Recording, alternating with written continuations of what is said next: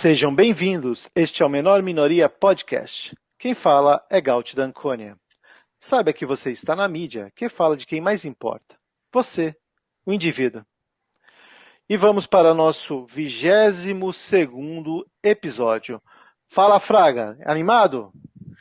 Animado, apesar que a gente está gravando esse episódio aqui em 7 de março de 2022. Temos aí no meio de uma guerra da invasão da Ucrânia pela Rússia. E isso é um pouco triste, mas do restante estamos animados. Vamos que vamos. Vamos que vamos, é mais um motivo para a gente pôr para lascar, para falar de liberdade, né? É isso aí, exatamente. Muito bom. É mais um motivo para trabalhar em cima de temas em defesa dos indivíduos. Caro Fraga, hoje vamos falar de Ayn Rand. Ayn Rand que inspira, de certa forma, o nome desse episódio. E para falar dela, contamos aqui com um entrevistado que já teve num episódio recente para falar de um outro projeto, que é o Matheus Passini, né, que é responsável por uma comunidade chamada Objetivismo e que vai nos ajudar a entender quem é e quem foi Ayn Rand. Fala, Matheus, tudo certo? Tudo certo, pessoal. Obrigado pelo convite. Participando já a segunda vez, hoje falando de objetivismo, da filosofia de Ayn Rand. Então, estou muito contente e espero conseguir tirar algumas dúvidas e trazer e compartilhar um pouco mais do conhecimento desses 4 anos já que eu venho traduzindo e legendando materiais de Ayn Rand e compartilhando um pouco desse conhecimento filosófico que eu também consigo através do meu trabalho diário na parte de traduções das obras de pensadores clássicos. Acho que vai ser bem divertido. Ah, com certeza. Tem muito para falar dela. Ela é sempre divertida. E vem cá, só antes da gente começar a falar do tema, dá uma passada no seu trabalho de forma geral aí para os ouvintes relembrarem e quem não escutou o episódio que você participou, conhecer. Só para Bom, lembrar, episódio 12, tá? é isso aí. Eu estava vendo antes aqui na playlist. Bom, eu no outro episódio, então, eu falei da coleção Desbravando o Mundo Livre, que é uma coleção de livros infantis que homenageia os principais autores clássicos, né?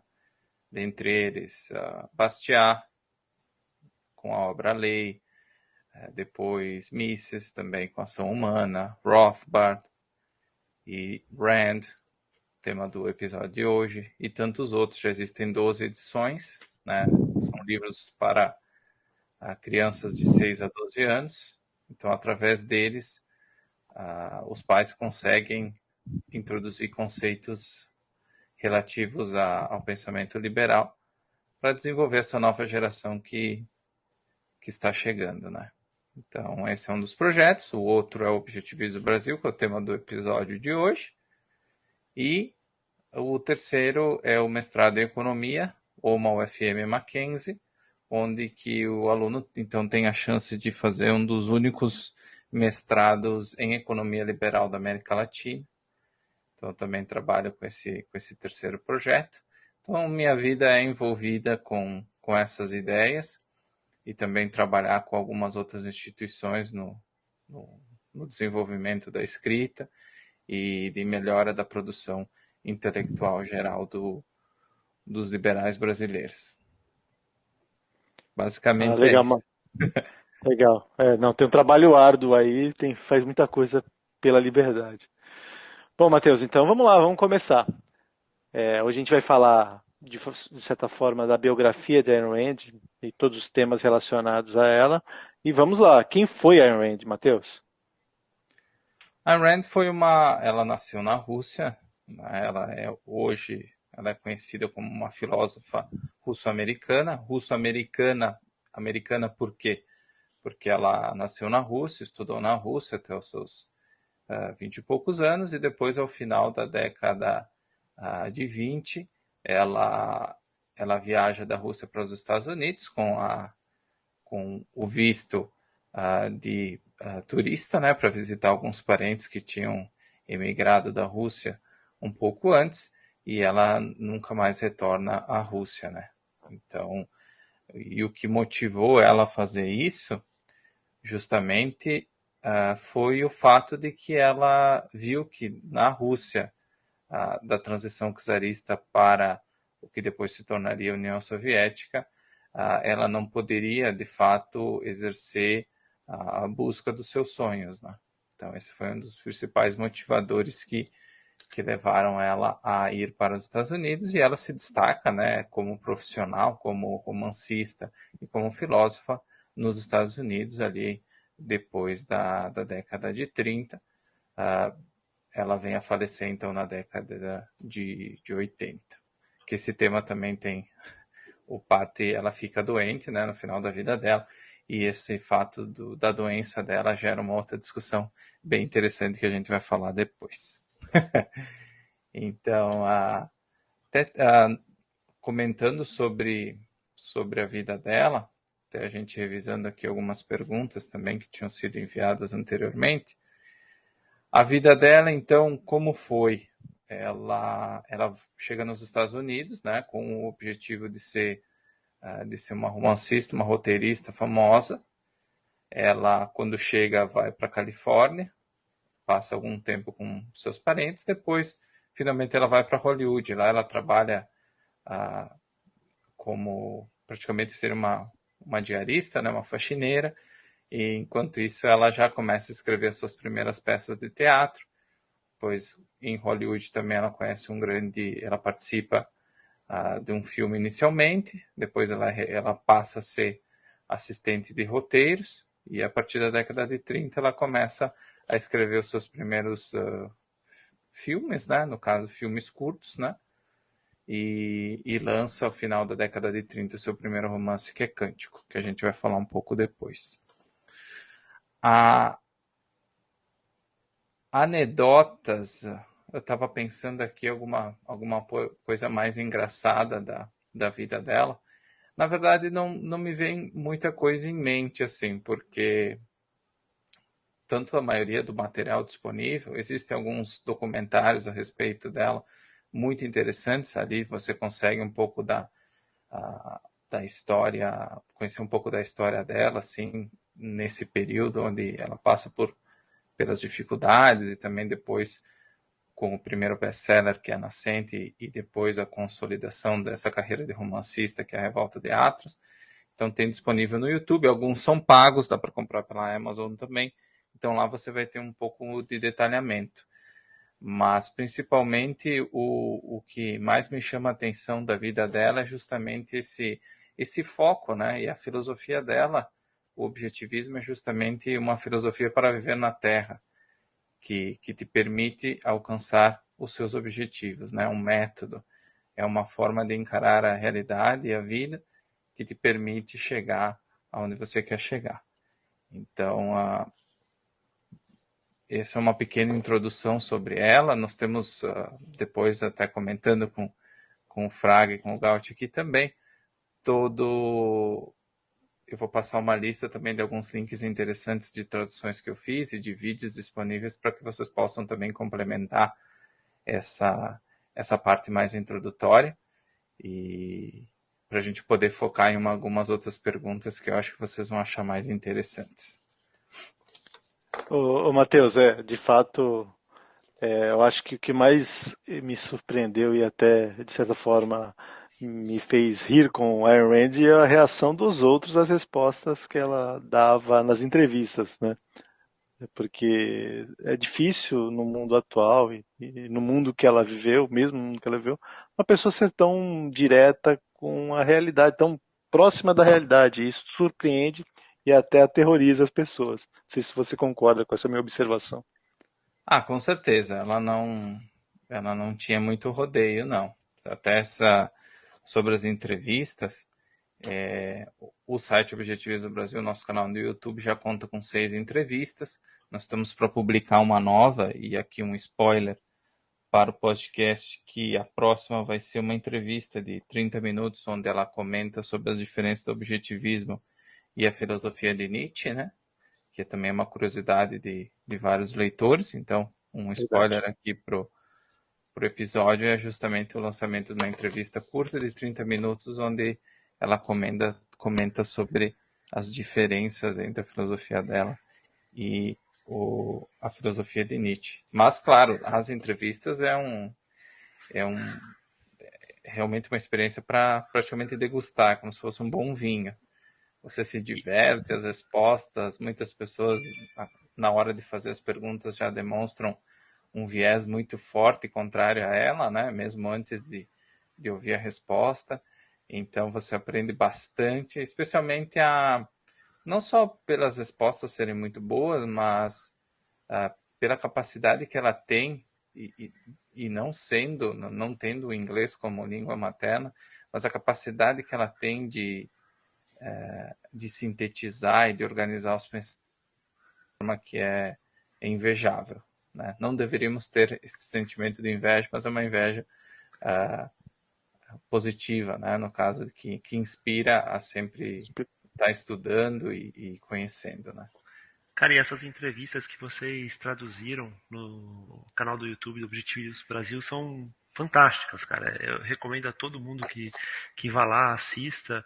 Primeiro que é uma coisa rara, né? Você ter um autor de um livro escrito há tanto tempo atrás em que você tenha tanto material em vídeo que possa ser visto para você entender um pouquinho mais da ideia do autor, além daquelas páginas que já foram escritas. É uma experiência riquíssima assistir essas entrevistas e eu recomendo demais a todos que façam uma visita lá e assista pelo menos a playlist de entrevistas da Ayn Rand, é imperdível. E a Ah, gente legal. tem mais 4 ou 5 já a caminho também. Outras entrevistas que. Tudo que está disponível no YouTube e que nós temos a liberação, né, para fazer a legendagem já está a caminho. Então, a nossa ideia é acabar 2022 sendo o canal em outro idioma, que não seja o inglês, obviamente, com maior conteúdo sobre a Ayn Rand original, né, das entrevistas dela em língua estrangeira. Então, essa também vai ser uma grande conquista. Então, aproveitem e verifiquem lá a playlist também, que depois a gente vai disponibilizar o link. Ah, legal. E assim, o vídeo ele auxilia muita gente que tem curiosidade e não tem o tempo às vezes de começar a ler, e começa a despertar mais o interesse da pessoa ir lá e depois buscar a obra daquela pessoa, né? Então o trabalho de vocês é magnífico, digamos assim, o pontapé inicial para quem não conhece e depois possa ir lá, ter a curiosidade de ler um livro, entender melhor o pensamento. Muito legal. Bom, vou continuar aqui nossa dinâmica aqui, Matheus. Me diga, quais as influências que ela tem, né, para ter essa forma de ver a vida, ver o mundo, e isso dizendo pessoas, fatos históricos, experiências de vida que construíram ela. Olha, quanto a pessoas, né, ela sempre diz que ela tem uma dívida vamos dizer assim, de conhecimento a Aristóteles, né? O objetivismo, em diversas das suas reflexões, ele dialoga com o aristotelismo.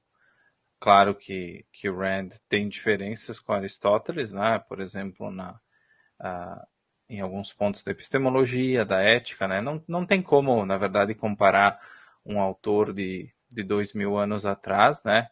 Que foi um gênio, mas que não viveu o tempo atual e todos os inputs, né? Tudo que houve de estudos e fatos históricos e experiência, né? Acumulação de conhecimento que permitiram a Ayn Rand refinar muitas coisas que tinham sido propostas lá atrás frente à experiência da realidade, né? De tudo que a gente sabe hoje que, por exemplo, Aristóteles não sabia. Então, eu acredito que a principal influência dela realmente foi Aristóteles. Ela mesma diz isso, né?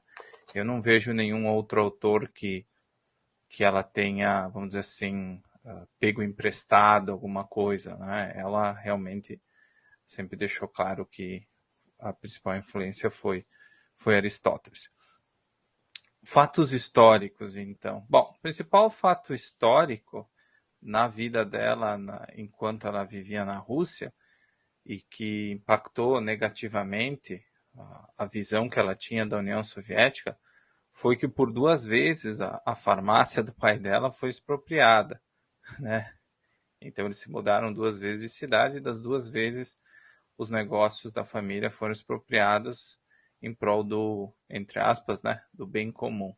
Então ela tinha um ressentimento muito grande quanto a isso, né? Porque ela não entendia que simplesmente era um ataque à família dela, mas era um ataque ao indivíduo, né? Ao indivíduo que produzia, ao indivíduo que buscava a realização dos seus projetos, né? A maximização da sua vida, a promoção da sua vida, e isso com certeza foi algo que lá atrás já a motivou a buscar uma alternativa a viver a ter que viver, né, nesse regime, especialmente depois da Revolução Bolchevique, né, ficou claro de que ela não ia ter como falar o que ela queria falar, né, em meio a uma situação daquelas, né, uma situação política, em meio àquele regime. Então isso foi o principal fato que, entendo eu, motivou ela também a ir embora assim que ela pôde. E quanto a experiências de vida nos Estados Unidos, é uma experiência riquíssima, né? Tanto no cinema em Hollywood, o fato dela se tornar uma romancista best-seller, que é um fato incomum até hoje na história dos Estados Unidos, né? Até que é muito comentado. Hoje foi feita uma pesquisa ali da Biblioteca do Congresso Americano, em que o resultado mostrou que a Revolta de Atlas seria a segunda obra mais influente, só depois da Bíblia, ao longo da história americana, né? Um dos romances mais importantes da história dos Estados Unidos, né? Então, até para puxar, agora que a gente falou um pouco sobre essa parte do romance, tinha uma pergunta aqui: qual a característica do modo de vida contemporâneo dos Estados Unidos que pode ter reforçado essa obra literária? E aqui eu puxo muito aquela experiência de vida. Ela sempre viu nos Estados Unidos, muito antes de chegar nos Estados Unidos, ela viu os Estados Unidos como um lugar que tinha sido fundado sobre os valores corretos, sobre os valores de liberdade, onde que de fato era uma terra onde você poderia realizar os seus sonhos, né? Muitos falam, né, o termo sonho americano. Ela sentia que era possível ela conquistar o sonho americano dela, né? Ela conseguir de fato fazer acontecer, se tornar uma romancista e se desenvolver como pessoa, né? Viver a melhor vida que ela poderia viver nos Estados Unidos. Então, eu acho que essa é a principal característica que automaticamente tornou a Revolta de Atlas tão popular, porque o americano médio, talvez não hoje exatamente, mas o americano lá da década de 30 e 40, em meio à guerra, no período pós-guerra também de recuperação, ele via na Revolta de Atlas uma obra que recuperava muito daqueles valores originários, né, da Constituição americana. Por isso que eu acho que a obra se tornou tão popular, fora todas as características literárias que ela tem, né? Uma história atraente, personagens que retratam, e é comum você, após a leitura do texto, se identificar com algum dos personagens, né? Então, existem vários elementos que justificam essa popularidade, mas eu acho que esses valores originários que o americano médio via dentro do romance, eu acho que isso foi principalmente o que tornou um best-seller, né? O Matheus, você já fez o ensejo de uma das obras dela, né? Mas me diz aí, quais os principais livros dela, artigos, entrevistas, momentos, palestras? Ela tem então, vamos dizer assim, dois grupos de obras, né? As obras de ficção, que aí dentro delas tem a Revolta de Atlas, a Nascente, Cântico, Ideal, que é um outro romance que não foi traduzido ainda para o português, que é um romance um pouco mais curtinho. E da parte de não ficção, ela tem um livro, que na verdade os livros dela são conjuntos de ensaios, né? Não são livros separados, são conjuntos de ensaios sobre os temas que ela escreveu ao longo do tempo, que depois foram, no caso, reorganizados como os livros específicos de cada área filosófica, né, que ela explorou. Então, não existe um livro sobre metafísica. O papel da metafísica dentro do objetivismo ele é pequeno, não quer dizer que ele não é importante, mas ela não existe uma metafísica.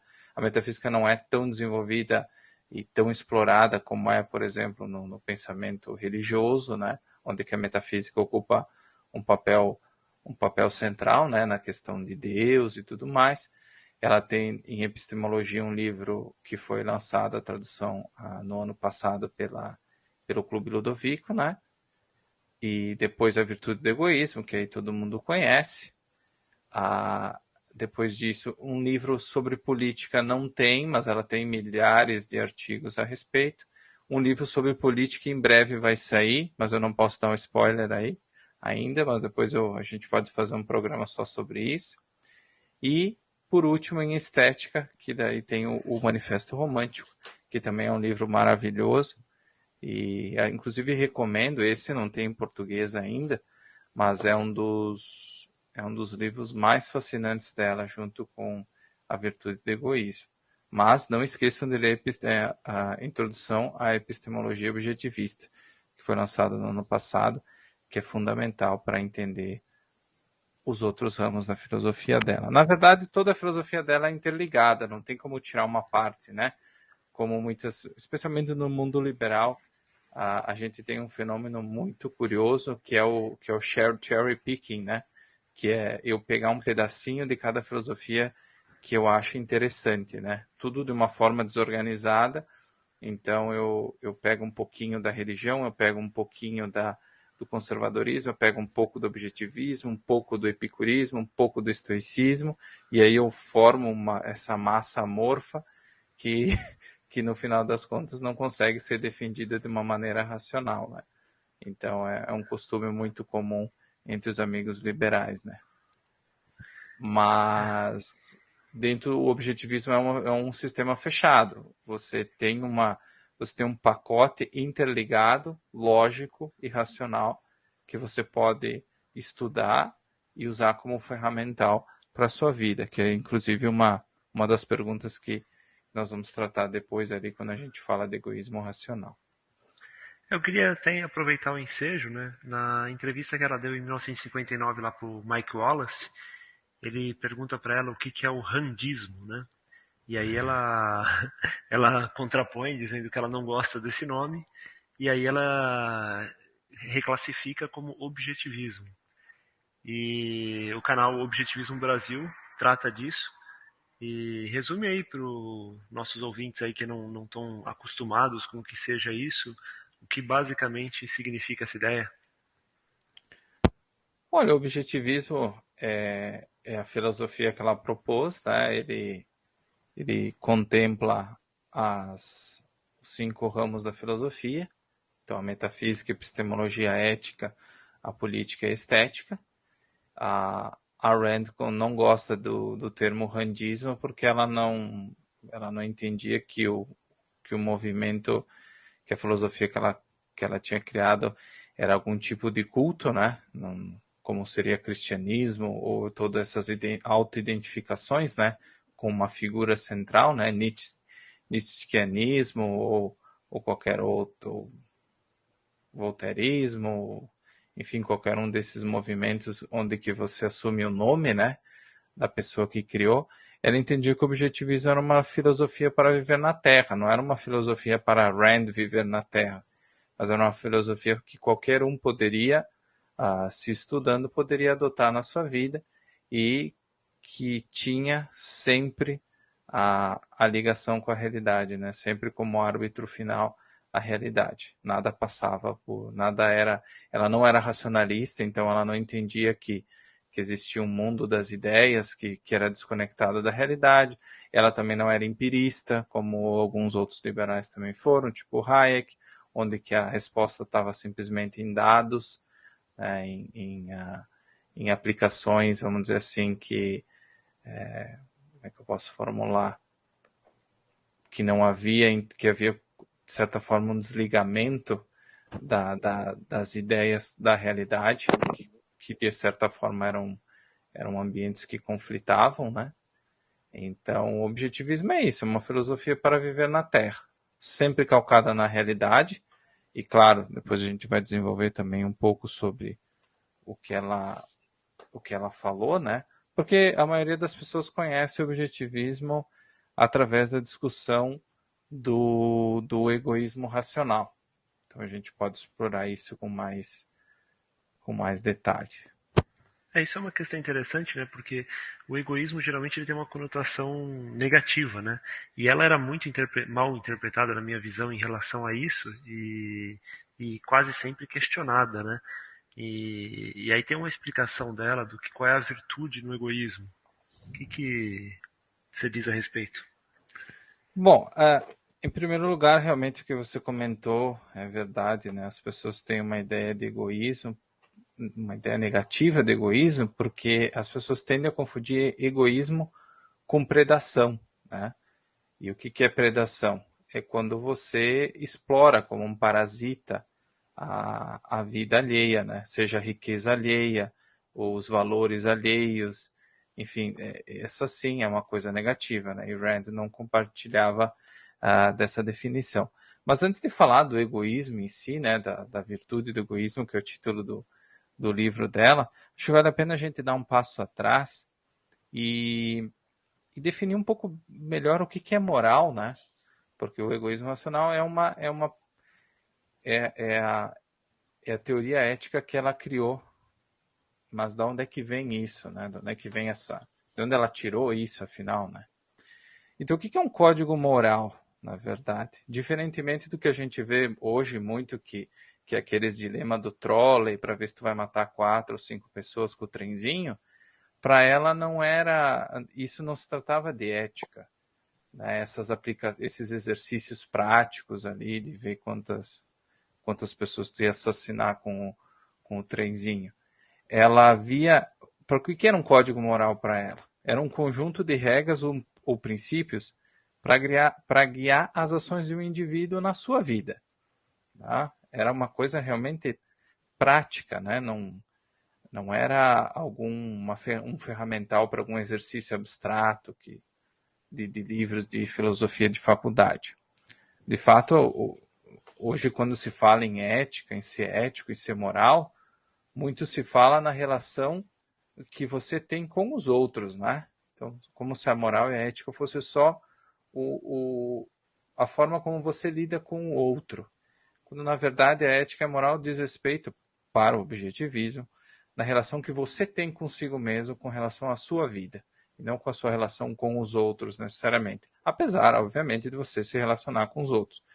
Mas, principalmente, diz respeito ao indivíduo. E como ela chega na moralidade dela, né? Em primeiro lugar, então antes de decidir, sejam qual for os princípios pelos quais você quer viver, eu quero viver a minha vida, qualquer teoria moral deve justificar a própria existência. Por que ela é necessária? Alguém acordou uma manhã e resolveu inventar essa moralidade, essa ética, ou ela tem uma base na realidade? Existe uma ética universalmente verdadeira ou cada um faz o que quer com a sua vida e vai dar tudo certo? Como algumas pessoas vivem assim, né, inclusive. Então, de acordo com o objetivismo, a moralidade é objetiva. Ela é derivada da nossa própria natureza humana. Então, Rand sempre busca, na sua reflexão sobre ética, discutir, basear essa ética na nossa vida. Né? E por que na vida?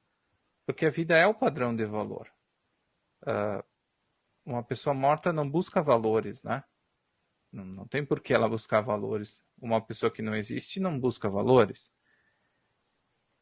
Então, voltando à questão da vida, a vida é um processo contínuo de ação focado em objetivos.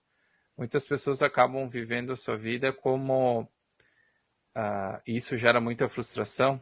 Com certeza vocês conhecem alguém que faz isso. Que aquela pessoa, por exemplo, que coloca um objetivo aleatório para a sua vida e chegando naquele objetivo ela se vê frustrada, porque aquele, na verdade, não era o objetivo verdadeiro dela. Então, o que o objetivismo busca?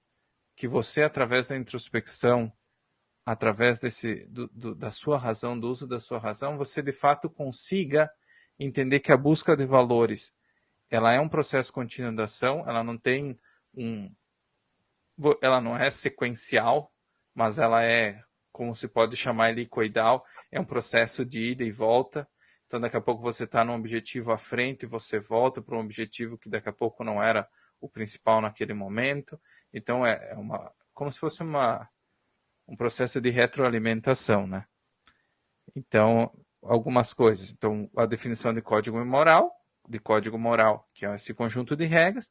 Para o objetivismo, a vida é o padrão de valor, porque um objeto inanimado não busca valores, né? Quando alguém está morto, também não busca valores nenhum. Então, é importante notar que o objetivismo moral ele busca justamente a busca de valores. Diferentemente dos animais, cujos valores são automáticos, né? Eles vivem, por exemplo, um gato. Eu tenho uma gata aqui em casa, ela sabe que ela precisa comer, ela precisa beber água e ela vai brincar, e ela tem como principal ferramenta os seus instintos, né? Já o que diferencia nós dos gatos ou dos cães, por exemplo, é a nossa razão, porque nós não temos garras. Imagine se nós fôssemos viver no meio da selva, nós não teríamos garras, nem dentes, nem todo esse ferramental instintivo para sobreviver. Tanto que uma criança, um bebê, não vive no mato. Já o filhote de um cachorro, sim, de um gato também. Eles têm ferramental diferente do ser humano.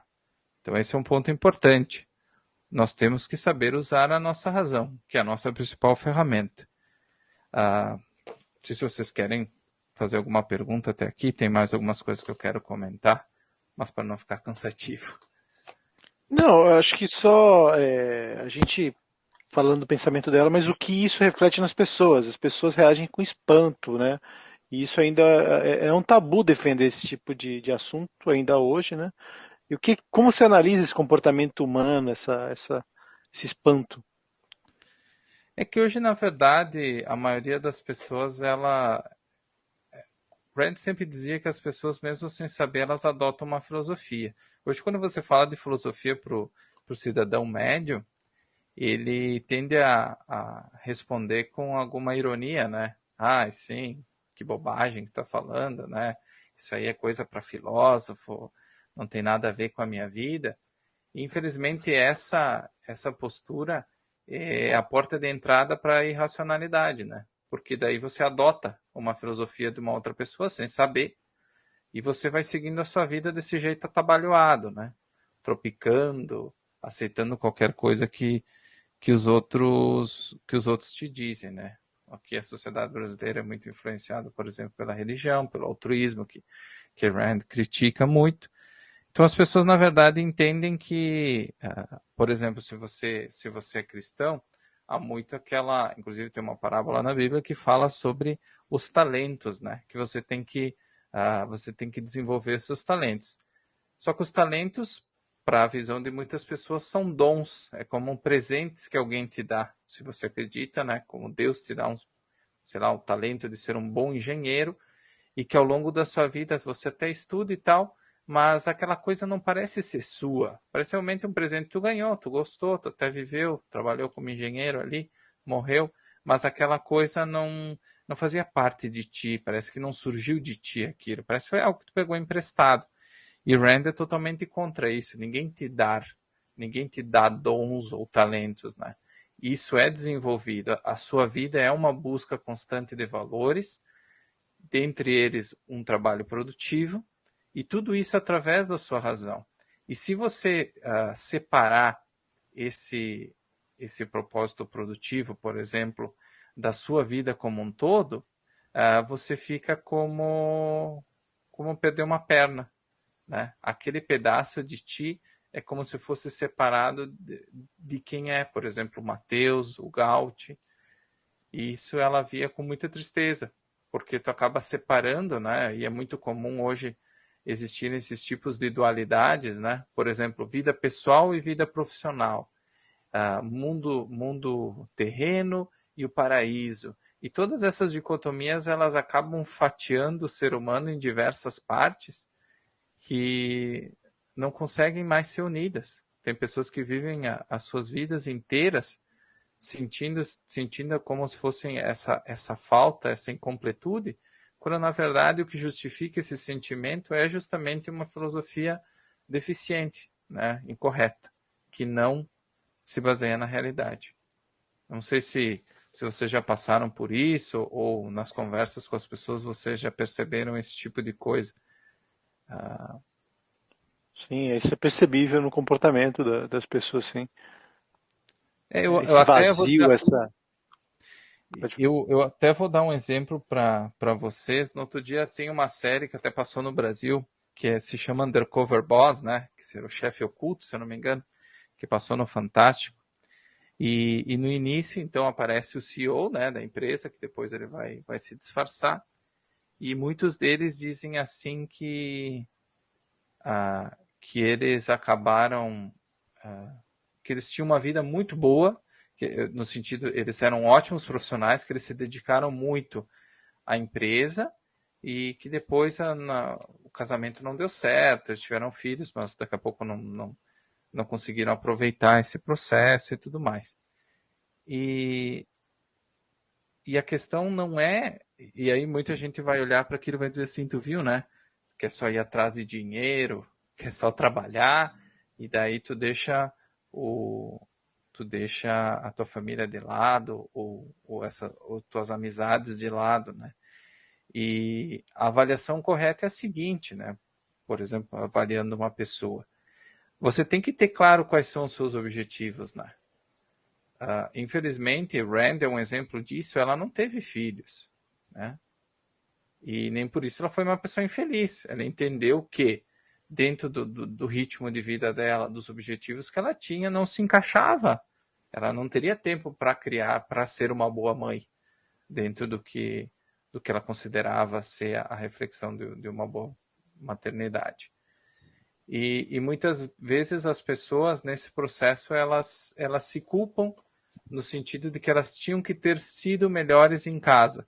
Eu não sei se elas teriam que ter sido melhores em casa. Eu não sei nem se elas poderiam ser bons pais. Entende? Essas mini culpas que você vai assumindo ao longo da sua vida, muitas vezes elas não são corretas, né? Você acaba pegando coisas, né? E assumindo situações responsabilidades que não são suas. Então, cabe sempre a gente pensar de que o Mateus, o Gaut e qualquer outra pessoa que esteja ouvindo o podcast é um indivíduo. Nós não somos fatias, nós não somos robôs que têm vários módulos acoplados na nossa mente, mas nós somos seres integrais. E hoje a filosofia ou as religiões não pregam isso. Elas justamente pregam essas divisões abstratas, né? Que muitas vezes acabam trazendo diversos problemas para a nossa vida, inclusive problemas psicológicos, né?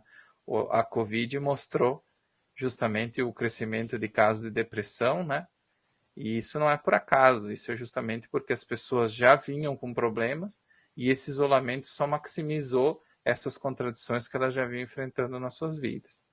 Então, Rand sempre pede que a gente consiga aplicar esse egoísmo racional para que a gente consiga organizar a nossa vida, para que a gente consiga viver na Terra, com todas as dificuldades que existem para a gente viver na Terra, né? Porque não é fácil, mas ela sempre traz essa perspectiva de que nós temos a ferramenta para viver na Terra. A gente só precisa usar ela de forma correta. Tem um comentário na entrevista que ela dá pro Mike Wallace, que ele faz um questionamento em relação ao marido dela, né? Ele fala assim, se ela sustentaria o marido dela se fosse necessário e tudo mais. E ela diz que sim. E ele fala, pô, mas isso não é contrário ao que você prega como egoísmo? E aí o que ela diz é justamente no ponto, eu amo, por isso, de forma egoísta, eu quero o bem dele, porque isso me faz feliz. Eu acho que é um conceito bem interessante o jeito que ela coloca também. Às vezes você pode até fazer o bem para o outro, mas no caso dela, ela estava alegando que aquilo ali estava fazendo bem para ela mesma. Acho que é uma questão interessante do ponto que ela, da forma que ela coloca. Eu posso até complementar aqui, só aproveitando, que ela só relata a natureza humana, que no final das contas o que não é percebido é que tudo é decidido e a ação de forma individual. Por mais que a pessoa negue, sim, o aspecto é egoísta em qualquer decisão que ele toma. Não, com certeza. E isso se justifica por quê? Porque o marido dela é um valor para ela. Né? Até tem um outro caso que até gera alguma anedota, né? Que é a questão da caridade. E nos últimos tempos teve eu não me lembro quem foi. Tem até no documentário no YouTube que eles fizeram um experimento, né? Com pessoas e davam US$ 100.000 para elas. Então, uma pessoa aleatória ali na rua. E em um mês, isso se vê com muitos ganhadores da loteria, por exemplo, e essas pessoas em um mês elas perdiam tudo. Né? Fortunas e fortunas de dinheiro. E por que isso no mais das vezes acontece? Porque aquele valor, aquele dinheiro, ele não foi parte da tua construção de valor. Então, de verdade, ele não é teu. Por mais que ele esteja na tua mão, ele não é teu. Ele não é um valor que você construiu. Por isso que você perde. Porque você não consegue atrelar aquele valor às tuas próprias conquistas, aos teus próprios projetos de uma forma racional, construtiva, né? Então você acaba desperdiçando, porque na verdade ele não é seu, né? Isso está na tua mão, mas ele não é seu. Foi uma coisa dada para ti. E uma coisa que, quando se fala de caridade, muitas pessoas já me mandaram mensagem também no Objetivismo, né, Brasil, e eles perguntam se o objetivista pode fazer caridade. Com certeza. Se você sente que fazer caridade é um valor para você, não tem problema nenhum. Um exemplo.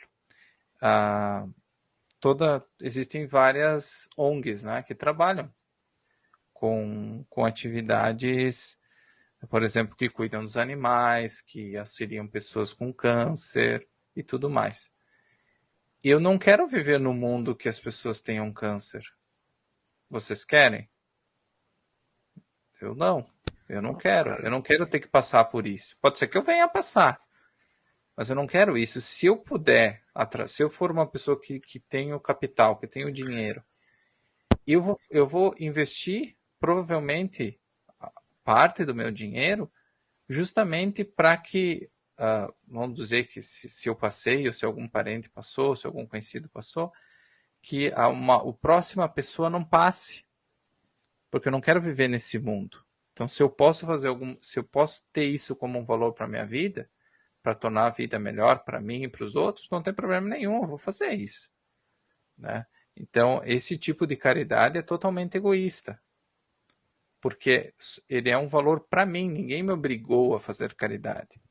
Eu quero ver a cura por uma doença que eu acredito que justamente faz o quê? Tira a capacidade da pessoa de viver sua vida. Não só a minha vida, mas de qualquer outra pessoa que venha passar por isso. Então eu, como objetivista, eu gostaria que viver num mundo com muito mais objetivistas e com muito mais pessoas saudáveis buscando os seus objetivos. Então eu quero viver esse mundo. E por que eu quero viver nesse mundo? Porque eu entendo que nós temos a capacidade para alcançar a felicidade, seja quem for, desde o Gary até o Bill Gates. Então, o objetivista ele parte de uma premissa de um universo benevolente. O universo, ao contrário do que está na moda hoje, de pregar sofrimento, por exemplo, o Jordan Peterson, que é muito seguido aqui no Brasil também, o sofrimento não é a base do teu desenvolvimento, da tua vida. Ele é um obstáculo que tu supera para alcançar os teus objetivos. Então, uma coisa que existe o sofrimento, mas ele não é a base, ele não é algo que te molda. Jamais. O que te molda são os teus valores, apesar de haver obstáculos no caminho. Então, quando você adota essas coisas como sofrimento, como base da sua reflexão moral e da sua reflexão de vida, provavelmente não vão acontecer coisas muito boas na sua vida ao longo do caminho.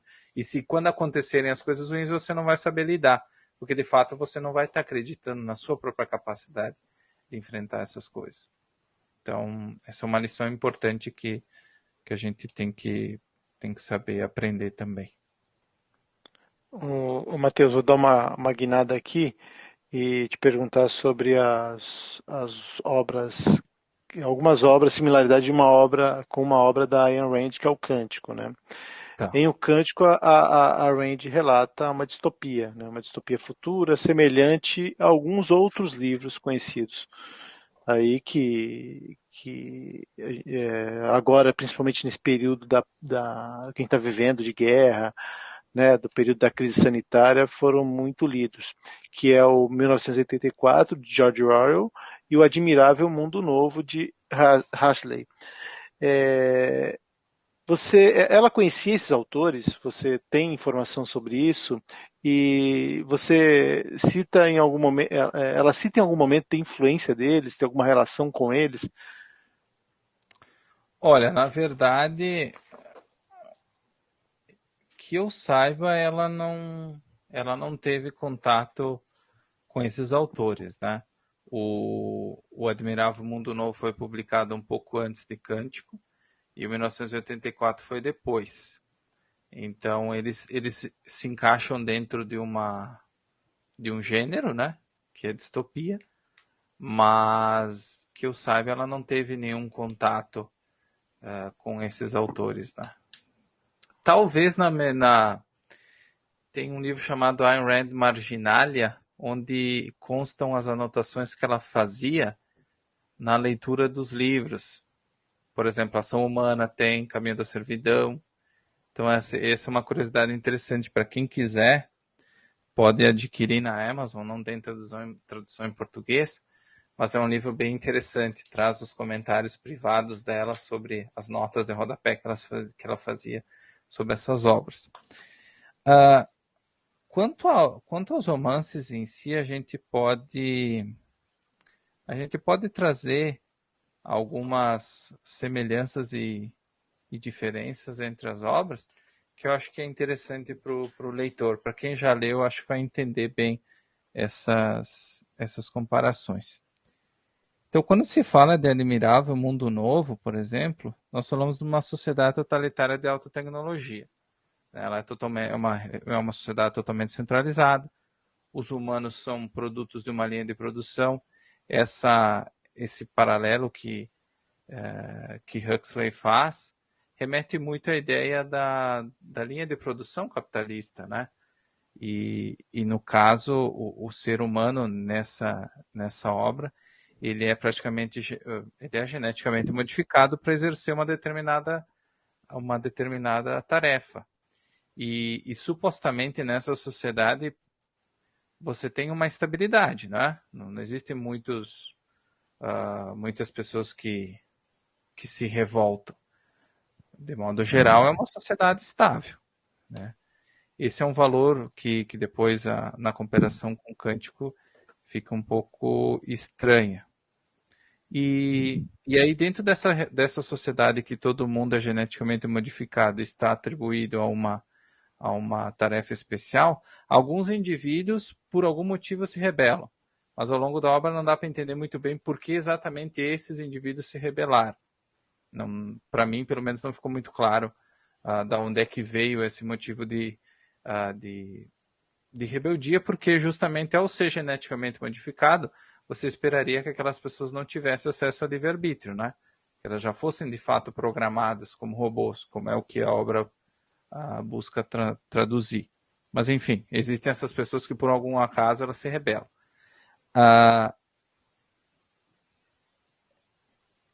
então, paralelos com Cântico, né? Que é a obra, que é um dos menores romances de Ayn Rand. Então, as semelhanças. Todo mundo pertence a todos, então a ideia de individualismo ela é combatida, a ideia de preferência pessoal é combatida. Nenhum indivíduo em nenhuma das obras, ele, com exceção dos heróis, por exemplo, de Cântico, ele tem a noção de individualismo. Ele também percorre e acaba, claro, na questão de Admirável Mundo Novo, eles já são programados para ser assim. Em Cântico eles não sabem. Houve uma grande crise que praticamente fez com que a humanidade voltasse à Idade da Pedra, isso em Cântico, né, a Idade Média.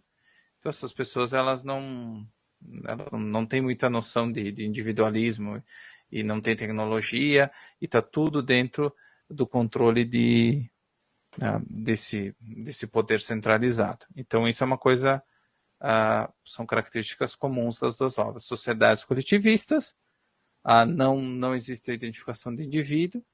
E outra coisa interessante é que se condena muito a questão de você ficar sozinho, de você pensar. Então, sempre que você, por exemplo, em Cântico, quando igualdade ele vai se esconder naquele local onde que ele descobriu, isso gera estranheza, né? As pessoas começam a procurar ele porque ele está pensando, né? Ele está se isolando para introspectar e para buscar a questionar o que estava acontecendo. Então são 3 características bem interessantes. Sobre as diferenças, então, eu não sei se sobre as semelhanças vocês têm alguma coisa a colocar. Como eu comentei, faz tempo que eu li Admirável Mundo Novo, então posso estar cometendo alguma injustiça sem saber. Mas eu entendo que eu consegui resumir ok a história ali, pelo menos a parte mais grossa da história. Eu acho que Sim, foi ótima a resposta. e assim, tu não tá querendo misturar 1974 agora, né? Então, Não. Daí depois a gente vai dar uma olhada nessa outra obra. Daí, então, quais são as diferenças, né? Depois dessas semelhanças, para Cântico, para Rand, o coletivismo é muito mais maligno e destrutivo do que no mundo de Admirável Mundo Novo.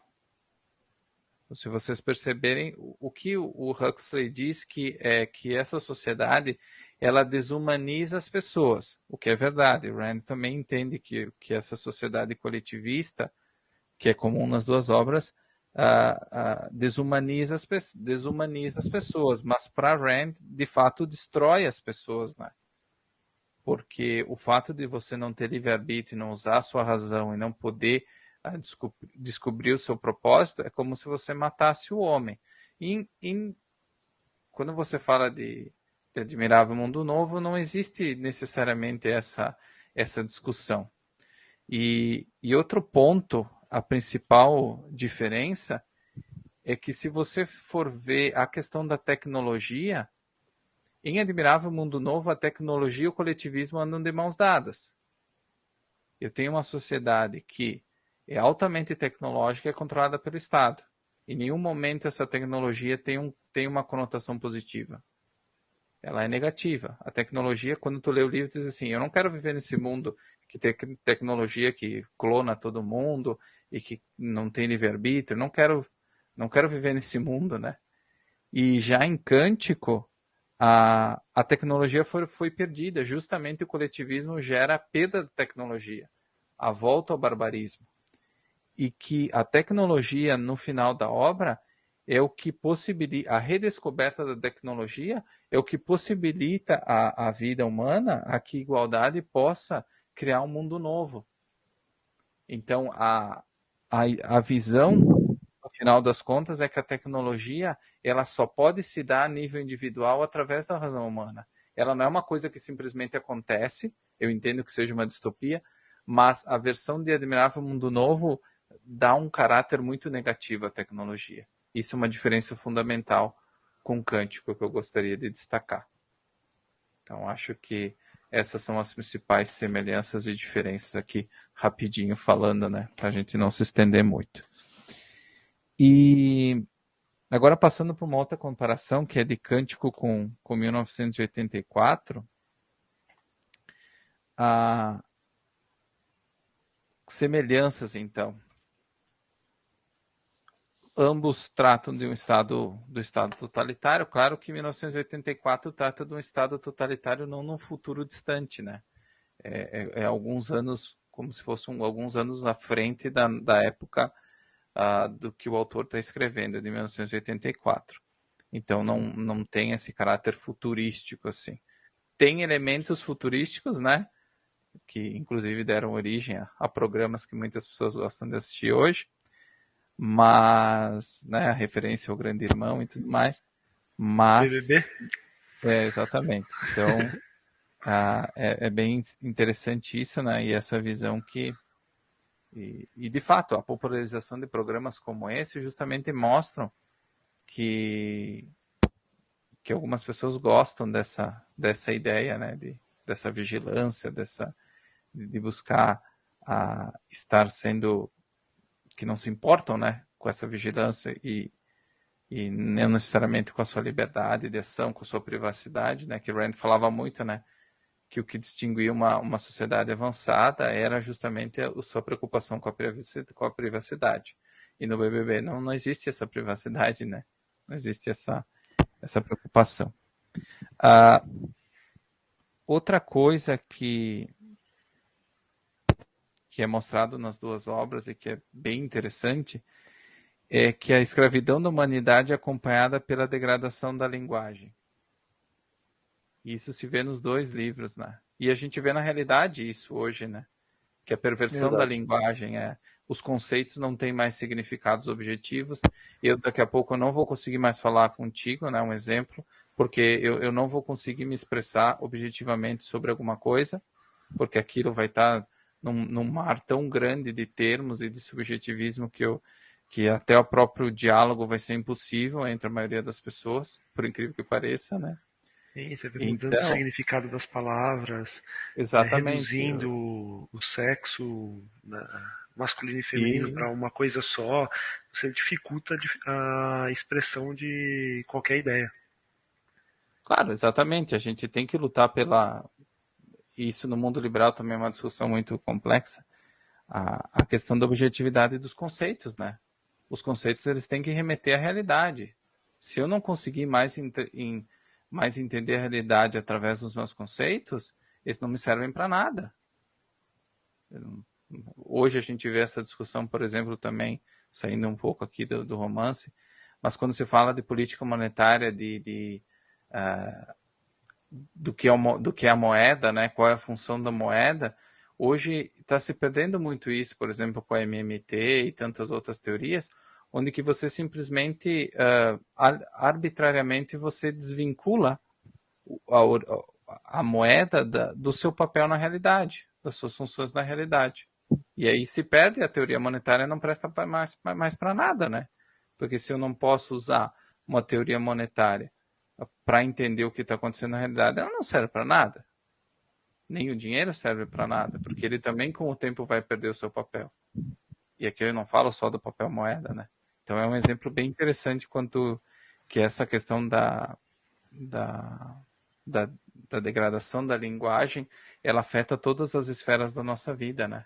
Não só a nossa conversa, mas a economia, a política, a ética. É bem interessante mesmo. E para fechar então esse tema, quanto às diferenças, e uma coisa que eu falei antes, em 1984, a visão do autor é uma visão pessimista do mundo, né? Já a visão de Cântico mostra que no final das contas o bem vai superar o mal, né?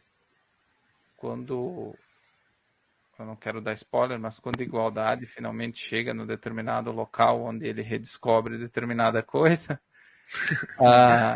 ele de fato mostra que esse mundo ele pode ser recuperado, que tudo que foi perdido pode ser recuperado, porque ele tem a ferramenta para isso, ele tem a autoestima para isso, ele tem ele também ama, né?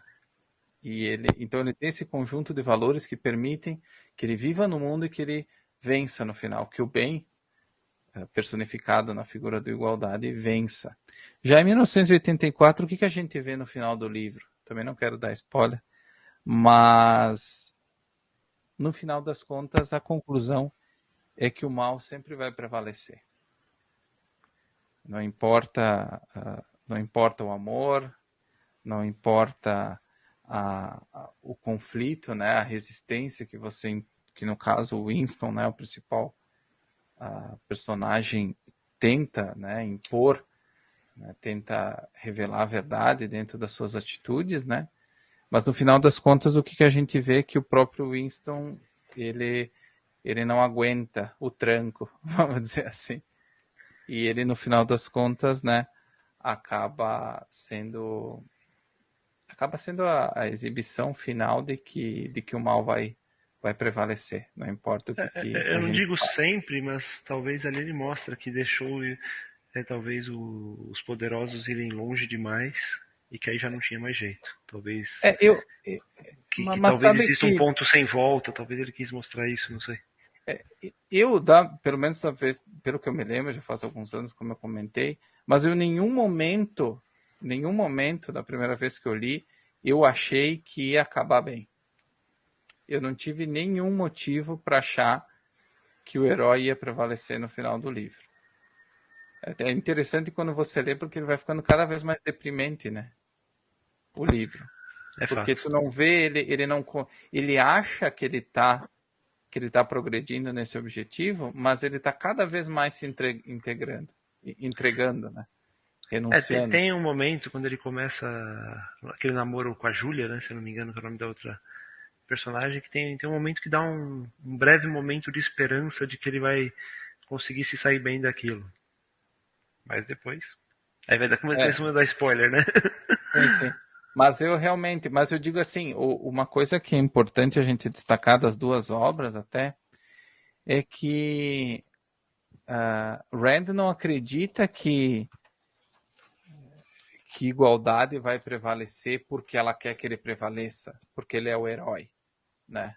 Não, esse não é o ponto que garante, ou que pelo menos dá a esperança de que ele vai ser exitoso no final das contas. Mas sim de que ele é um indivíduo e ele tem as ferramentas para ser exitoso na vida. Que eu acho uma coisa que a gente puxa do egoísmo racional, é justamente isso, que nós temos as ferramentas necessárias para conquistar os nossos objetivos. E de que o mundo onde a gente vive, de fato, ele traz as possibilidades para que a gente consiga isso. E já nas outras duas obras, não. Primeiro, nós estamos num mundo que todo mundo é como se fosse um parafuso de uma engrenagem, que é no caso de. Aí, por algum motivo, duas, três pessoas se revoltam, que a gente não entende porquê, de fato, o que aconteceu, e depois, no final das contas, não adianta. E na outra obra, nós temos alguns flashes, como você comentou, de esperança, mas essa esperança é baseado em sentimentos. É num sentimento por alguma pessoa, que com certeza serve de motivação, né? No caso do amor romântico, que Rand sempre fala, mas que, mas que é só isso, entende? Eu não tenho ferramentas para me mostrar que aquele indivíduo ali, por algum motivo, ele vai prosperar ao final. Ele não tem o ferramental para isso. Sim. Claro, isso analisando de fora, né? A gente extrapola, né, a análise que talvez não era nem objetivo do próprio autor. Mas o próprio George, se for analisar o Orwell fora desse romance, inclusive um texto que eu traduzi sobre ele, sobre linguagem, é muito interessante. É muito interessante. Ele era também jornalista. E ele diz que sim, a linguagem está sendo pervertida, né? Que a gente precisa ter essa clareza de conceitos, mas ele lá no fundo pensa assim, tá, eu vou escrever isso aqui, mas olha, não sei se vai dar certo, hein? Eu estou escrevendo por descargo de consciência, mas ele não acredita muito na força do individualismo, né? E eu acho que extrapolando isso para uma reflexão liberal, eu acho que tem vários autores liberais que tampouco acreditam no individualismo, né? De verdade mesmo. Se você for pegar, por exemplo, até eu participei de um evento na Guatemala no mês passado e tinha pessoas de várias vertentes liberais, né, participando da discussão. E aí a gente entrou no tema de Hayek, né? E eu tive contato no passado com um dos biógrafos dele. E ele disse assim que Hayek, como Hayek via a razão, por exemplo, humana, a razão humana para ele era só instrumental. O que quer dizer isso? Ela servia aqui para tu saber fazer compra, para tu saber se tu investe em petro ou em outra coisa, mas não muito mais do que isso aí. Não vai depender dela, porque no final das contas tu vai se ferrar, né? E tem o liberal médio, ele tem uma desconfiança muito grande da razão.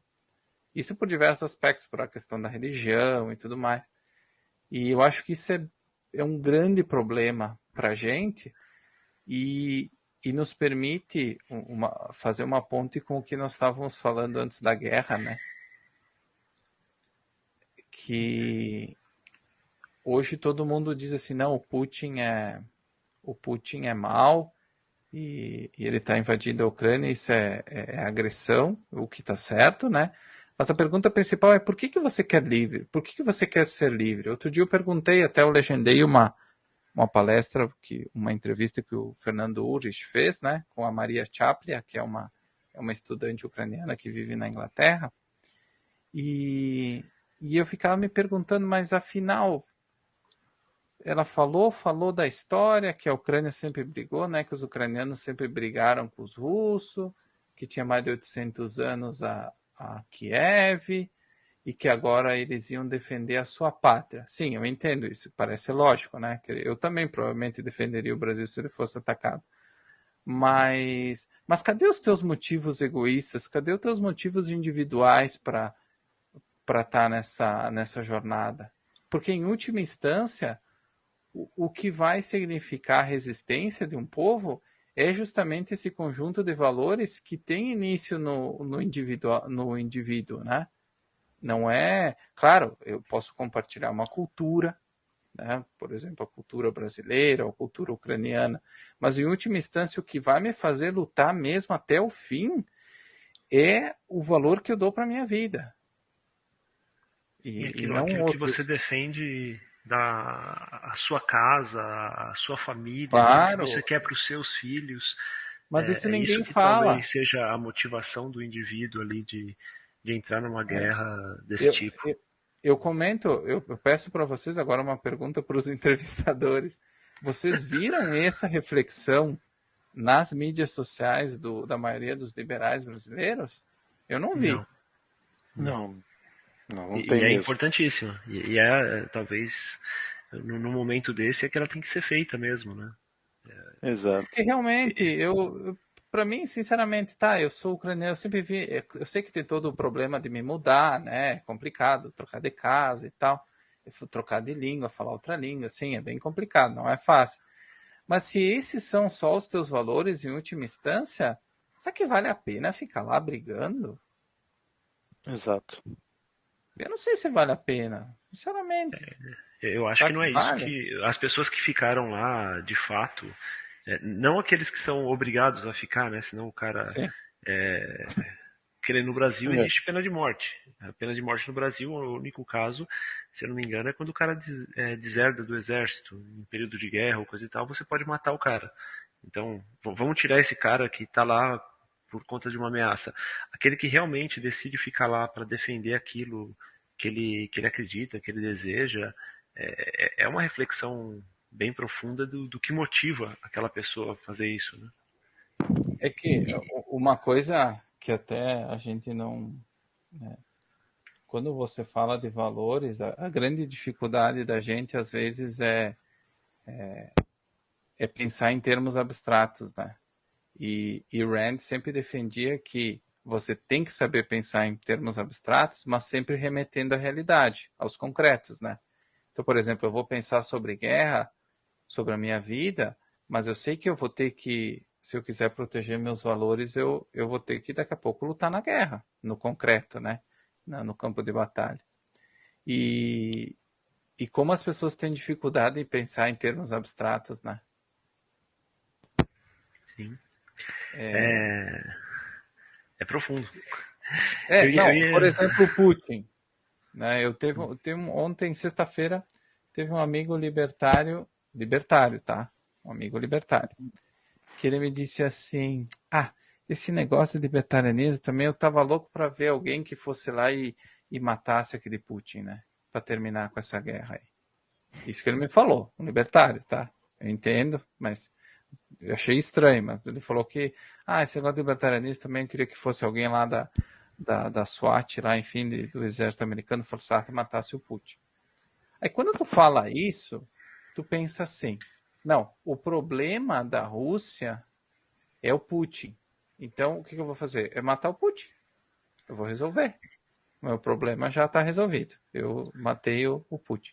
Só que o Putin, ele não. O Putin ele é só um produto de uma filosofia materialista que vem desde a da década de 20 na Rússia, da União Soviética. Então o Putin ele só é a concretização, é como se fosse um tentáculo, né, de um polvo. Ele é um tentáculo. Mas o cérebro desse monstro, se tu matar o Putin, tu não vai resolver. Sim. Talvez você adie o problema. Isso, tudo bem. Porque, Não é uma visão ética, obviamente, é uma visão utilitarista, de que você pode não, ser eu que você entendo. consiga interromper o conflito nesse momento, Sim, mas tu vai de fato atrasar não é em uma 15 solução. anos. Tu vai atrasar em 15 anos uma outra guerra, provavelmente.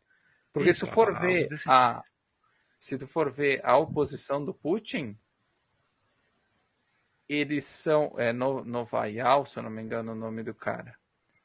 Ele não é tão diferente do Putin. Ele está contra o Putin por causa da guerra, porque agora convém, né? Então Da mesma agora eu forma quero. que alguns criticam o Zelensky do lado da Ucrânia, mas se você vê o que a Ucrânia passou em 2014, o que o povo lutou lá, acho que 92 dias de resistência na rua, 25 mortos na época, com espancamento da polícia e tal, para fazer o cara lá da Ucrânia renunciar. E aí depois o que aparece para os caras como opções era um outro cara que, que basicamente era aliado de Putin e um outro. Basicamente assim, você troca tudo isso, faz toda aquela bagunça e o que aparece é mais do mesmo. E aí agora, o cara quando, mas o povo votou e escolheu o cara. Cara, as opções, a gente vê aqui no Brasil também, as opções de voto não são lá essas coisas. Você tem que escolher o menos pior. Não dá pra se criticar o povo por isso e tudo mais. Então, É, as é escolhas difícil são duras. essa questão da ida e volta, né? Eu sei que a gente acabou saindo um pouco, daqui a pouco até já terminou o podcast. Mas eu digo, mas a gente entra nesses temas que de fato acabam. Depois vocês cortam aí, vamos voltar para as perguntas. Falta ainda. Nada, rapaz. Não, deixa aí, Daí, ficou. não, esses dilemas nos fazem refletir sobre o que de fato é ser livre. E é isso que você quis, Exato, e o né, objetivismo comentar. como a gente falou, é uma filosofia para viver na Terra, é justamente ferramental para você julgar essas situações de uma forma racional e conseguir tirar as lições pertinentes para que você possa reagir, né? Por exemplo, se você for um empresário ou se você for um cidadão comum, para você, a partir do momento que a realidade te expõe um conflito como uma guerra, de tu conseguir abstrair e ver que lições tu pode tirar para a tua vida e também para as tuas análises. Então, acho que nesse sentido fecha perfeitamente bem, mas não era o tema das perguntas. Não, vamos voltar. Na última que a gente estava comentando, você comentou sobre o Hayek, né? Eu tenho uma última curiosidade aqui. Não é a última, mas vamos ficar última para esse episódio. Isso. Eu até dou um spoiler aqui. Eu acho que o objetivismo merece um episódio só falado de objetivismo. É Né? verdade, é verdade. Mas Mas voltando enfim, vamos. na Rand, eu vejo algumas similaridades entre as ideias de Rand e algumas ideias da filosofia, principalmente relacionada à economia austríaca e o que muitos dos economistas austríacos também produziram em termos de conteúdo filosófico. Ela tinha relação com economistas austríacos ou não? O que Na você sabe em verdade, relação a isso? ela participou da Montpellier, na Montpellier, eu acho, algumas vezes, mas ela o Henry Hazlitt apresentou, organizou um jantar, né, em que ele apresentou Mises para ela e Mises achava que ela era ele dizia que ela era o maior homem da história dos Estados Unidos, né, do movimento liberal, que ela era mais homem no sentido de tinha mais postura do que os outros, né, que ele via, né, dos colegas dele, né, inclusive o Hayek e o Friedman. Então eles tinham uma relação de respeito. Ela teve os seus problemas. O Rothbard fez parte do grupo de estudos dela por um tempo. Depois eles se desentenderam por outros motivos. Até o Rothbard fez peças de teatro ali, querendo ridicularizar e coisas do tipo, né, que não foi tão popularizado. E teve um autor austríaco que buscou não sintetizar, mas conseguiu, até certo ponto, fazer uma fusão entre objetivismo e escola austríaca, que foi o George Reisman, né? E que tem aquele livro Capitalism, que vocês já devem ter visto, é um livro enorme, é um livro grandão, é maior, eu acho que é quase umas 2 bíblias, quase. E ele era também amigo de Rothbard, né? E no final das contas, no fim da vida, ele tinha várias diferenças com. Até tem um episódio no Mises.org, que é uma entrevista dele, que eu vou querer legendar. E ele fala que ele brigou muito com Rothbard, porque não era uma acadêmica, né? Nunca foi uma acadêmica. E Rothbard pegou muitas ideias dela, e em diversos artigos ele não deu crédito. E Reisman reclamava muito dele. Ele disse, mas por que tu não dá crédito? Não, porque ela não é acadêmica, não sei o quê, vai ficar chato para mim. E foi esse um dos motivos que gerou, por exemplo, o problema entre Reisman e Rothbard, né? Mas eles eram amigos, a questão da economia, mas Reisman ficou muito triste porque Rothbard não dava o crédito para várias coisas. Depois Rothbard também seguiu seu caminho, diferiu de Rand em muitos aspectos, mas ele tinha muitas coisas parecidas. O Rothbard inicial, da base aristotélica da escola austríaca, era muito parecido com a abordagem, vou dizer assim, com uma abordagem mais mengeriana da ciência econômica, mais aristotélica. E depois, com o tempo, daí ele voltou a ser kantiano, né, seguindo Mises, e aí a extrapolação chega a Hope depois, que aí é totalmente kantiano. Então, teve muitas coisas, eu acho que esse diálogo é importante, né, entre os autores. Infelizmente, hoje, com exceção do Objetivismo do Brasil, eu não conheço outro site que promova esses estudos comparados, né? Nós já tivemos artigos comparando Mises a Hayek, Rand a Hayek, Rand com Mises, com Hayek em questão de epistemologia. Nós vamos trazer agora, para começar na metade desse mês, diversas entrevistas internacionais com tradução simultânea, com pessoas de fora, né, com intelectuais do Ayn Rand Institute e outros estudiosos de objetivismo.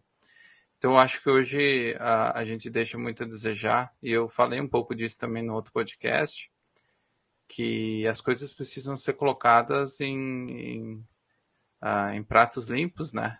A gente tem que conseguir entender e dialogar de uma forma racional sobre o que cada autor pensava. Infelizmente, hoje a gente não tem isso, né?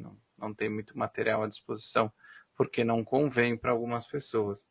Então, acho que essa é uma coisa que também vocês podem explorar como episódios futuros, talvez convidar alguns professores até de escola austríaca, pelo menos para trazer essas comparações dentro da própria escola austríaca, né? Porque a gente fala da escola austríaca, mas na verdade existem 4, 5 escolas austríacas diferentes, né? Não existe uma só. Então, esse tipo de coisa daria para fazer uns 15 episódios de podcast para vocês, né? É Verdade. uma sugestão de tema e de conhecimento, até para vocês conseguirem se situar melhor, né? Porque eu, por exemplo, cada aula do mestrado que eu escuto me faz questionar alguma coisa. Então é um tema que eu gosto bastante. Então ela tinha relações não próximas com alguns economistas austríacos que ficaram conhecidos como austríacos, né? Mas ela tinha mais divergências, especialmente na parte de ética e epistemologia. Mas algumas na luta, na política, Rand não foi uma filósofa necessariamente com uma grande teoria política, ela não inovou tanto nessa área. Então, eu acho que na parte política, por isso que tantos libertários gostam dela, né? Porque eles só vão na parte política. E na parte política tá tudo bem, ela defendia o capitalismo e tava tudo certo, dá para pegar uma parte. Ah, legal, Matheus.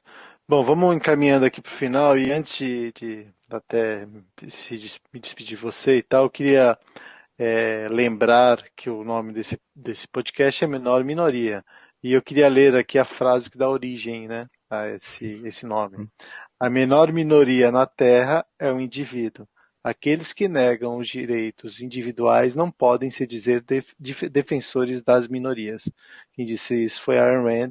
Então, esse nome nós devemos a ela. Ô, Matheus, obrigado aí por mais esse episódio conosco. Espero que tenhamos a oportunidade de falar de novo. Temas não faltam e até obrigado aí pelas ideias, gostei. E, enfim, muito obrigado aí. Deixe seu recado final. De novo, comente sobre os seus pontos de contato. Em primeiro lugar, eu gostaria de agradecer o convite. Eu peço desculpa se em algum momento eu não fui claro o suficiente ali na exposição das ideias, mas não se preocupem que tem material disponível ali para tirar dúvidas e qualquer coisa. Eu também estendo o convite para quem quiser participar com artigos, com traduções. São sempre bem recebidos. Tenho até muita felicidade de dizer que teve 2 voluntários de traduções do ano passado, que com o processo de revisão e melhoria, hoje eles até estão trabalhando como freelancers, traduzindo coisas nas suas determinadas áreas, nada a ver com o objetivismo. Então, o objetivismo do Brasil também gera oportunidades de emprego para quem Legal. quiser. Então, quem quiser aprender a legendar, quem quiser aprender a traduzir também, faz Tudo com muito egoísmo, né? tudo com Muito muito egoísmo do bem. egoísmo, menciona, né, fornece material para publicação e em troca aprende uma nova habilidade ali para daqui a pouco usar É no algo seu tão trabalho. natural, né? Como as pessoas ficam assustadas com isso? É tão natural. Eu na verdade, eu até fiquei surpreso, teve uma moça que sempre traduzia mais texto relacionado à psicologia, né, que é a área de trabalho dela. E aí ela traduziu uns 6, 7 textos, né? Pegou umas dicas e tal. Aí ficou um mês, não falei mais com ela. E ela me disse assim, Matheus, eu fiz o meu currículo aqui, coloquei essas coisas, porque ela já era formada, né? Ela já era mestre de psicologia. E ela disse assim, eu mandei aqui para 2 editoras, fiz mas sem compromisso, né? Só para fazer. E tá traduzindo 2 livros de psicologia agora, que depois, inclusive, eu vou ajudar na revisão. Então é bem gratificante isso, né?